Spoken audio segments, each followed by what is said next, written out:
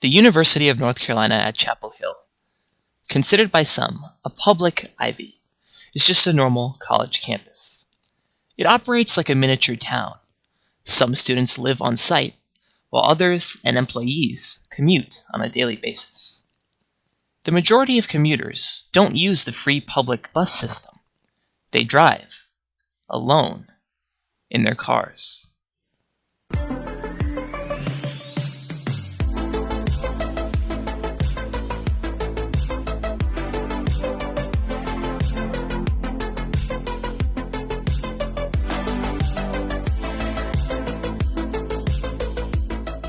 Carbon dioxide emissions from vehicle tailpipes are the leading contributor of the transportation sector's massive impact on global climate change. But what is climate change? Well, let's take it a step further and talk about human-caused or anthropogenic climate change. Naturally long-term temperature and weather pattern shifts are being accelerated by human activities, primarily the burning of fossil fuels. Accelerated climate change has negative effects across the globe, from rising sea levels to more frequent and more powerful extreme weather events like hurricanes. Driving cars that emit greenhouse gases into the atmosphere are a major cause of this climate change. This brought up the question, what is the climate impact of student, faculty, and staff vehicles on UNC's campus? Well, I took to one of the campus parking decks to find out.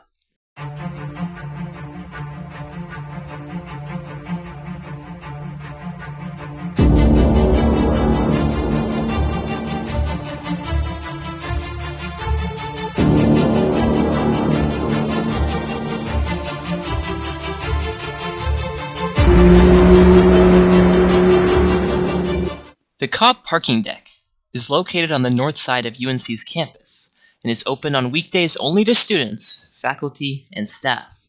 Here, each license plate contains vehicle information vital to calculating its yearly greenhouse gas emissions output as accurately as possible. I recorded each unique license plate on a spreadsheet for analysis.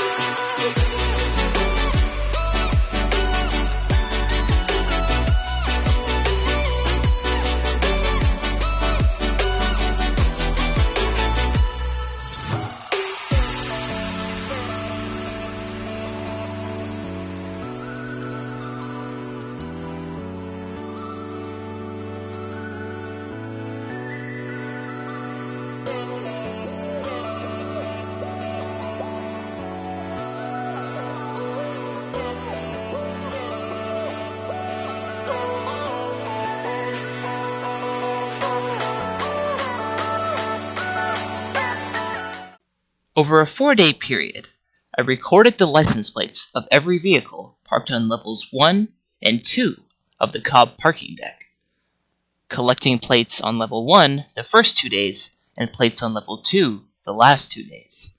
I made sure to filter out any duplicate license plates before my analysis. Using Carvana's license plate search engine, I obtained the year, make, model, and defining characteristics, such as engine size and transmission type, of each vehicle recorded on the spreadsheet. I then entered each vehicle's information into the EPA's Vehicle Emissions Database to determine the annual tailpipe CO2 output for each vehicle.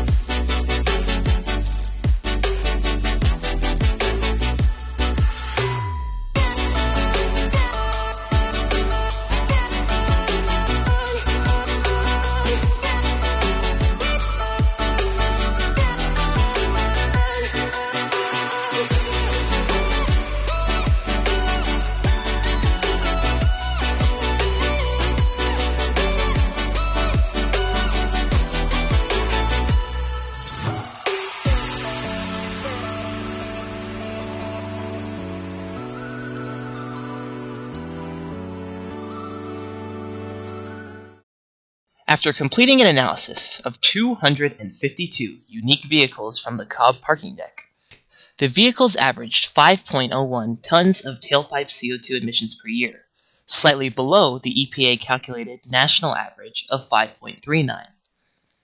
However, this is still a large amount of carbon dioxide, as the total tailpipe CO2 emitted from surveyed vehicles was 1,262.9 tons. Assuming that the emissions output for the 2 surveyed floors was the same for all 6 floors of the deck, the Cobb parking deck as a whole contains vehicles that emit 3,788.7 tons of tailpipe CO2 into the atmosphere every year.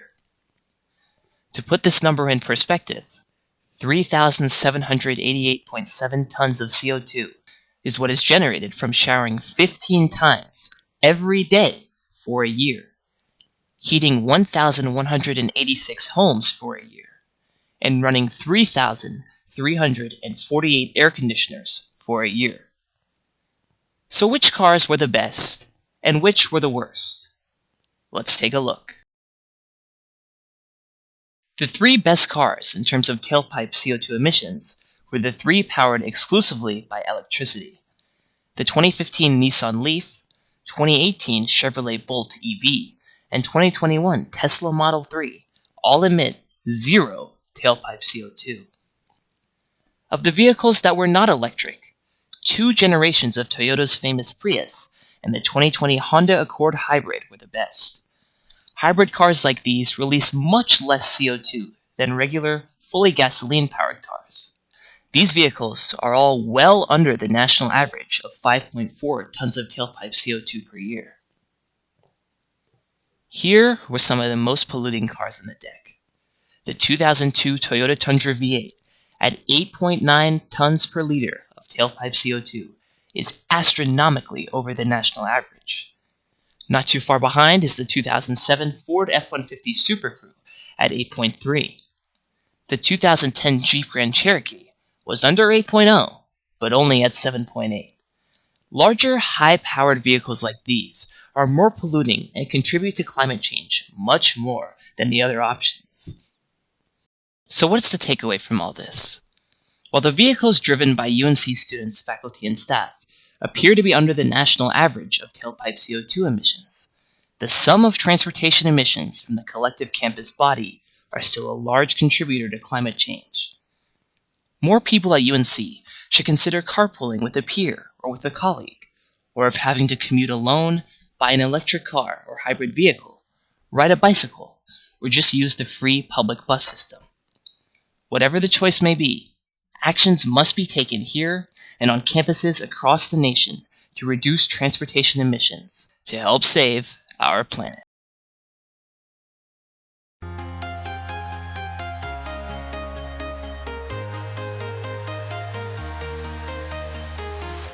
I'm walking alone, the streets are empty. The only thing I can see is my own silhouette.